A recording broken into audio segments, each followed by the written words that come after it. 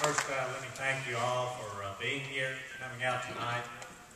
I was asked the other day what I thought was the greatest barrier to accomplishing the SB imperative and what we're doing in higher education, and I had to think about it for a minute.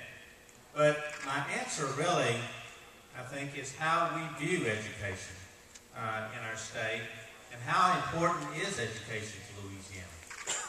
And I think those are the questions we ask ourselves as a state as we deal with these issues. For SB imperative, the answer is that education is extremely important to the future of our community. It's a moral enterprise. It really is common purpose. It transcends race and economics. It is a great opportunity provider for people. And that's why it's so important to us. Not only is it an opportunity provider for people, but also for the economy and quality of life of Shreveport-Bossier. I will say this, that our leaders in this state face very difficult decisions over the next couple of years. We've got a train that's coming down the track.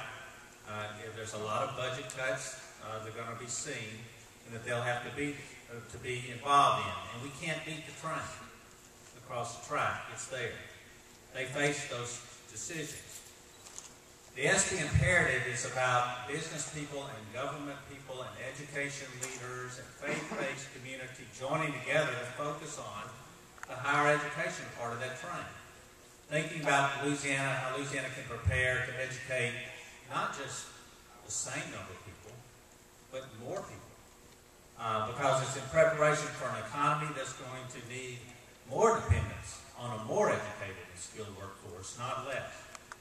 Our hope is that we can enact Einstein's wisdom: out of clutter, find simplicity; from discord, find harmony; and in the middle of difficulty, if we can all find some opportunity in this. This is an organized effort. This is 60 people or so on the steering committee of SB Imperative. It involves all the chambers of commerce: the Shreveport, the Bossier, the African American Chambers of Commerce, the Community Foundation, the cities of Shreveport-Bossier, and the parishes of Caddo and Bossier, and the Community Foundation, all involved. So let me ask this: if you've been involved in the SB Imperative in some way, would you stand right now? I'd like to recognize those who have been involved in the steering committee and other ways in the imperative. If you would stand, recognize you. Thank you. This is what we've done so far, so you'll know, and then we're going to talk a little bit about each aspect of it. The first is we worked hard to develop an agenda. We actually brought a national higher education consultant. We raised the resources to bring Eva Klein here to look at developing an advocacy agenda for our community and also really for our state.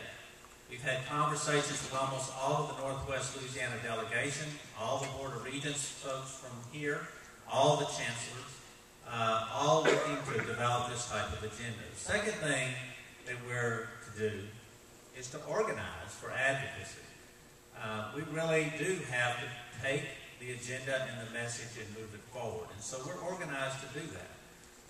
We have, to my right, Billy Montgomery, who is head of our government relations team.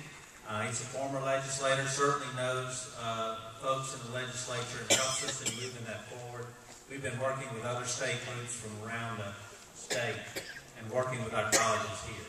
And a communications plan. If you haven't been to our website, we ask you to go to the website. It's sbimperative.com. If you go to the website, you will learn what we're about. It's easy to navigate. And we continually update it. So as you become part of this, as you are tonight, I want you to continue to be part of it by joining up with the website and become a member of this, so we can talk to you when there's need for people to talk to their legislators or the governor or other folks. During my presentation later, I'm going to talk a little bit about the beliefs of this and the recommendations that we're making public over the last couple of months. But I was very heartened today to hear Governor Jindal's presentation. He unveiled his higher education proposals today. And what's important to us is that a lot of the thinking A lot of the different components of that are much the same components as we're going to talk about in our agenda. It's important because it makes the agenda much more likely to succeed. He has talked about less cuts to higher education today. And I think it's important for us to take time to say, well, this is, we're moving in the right direction.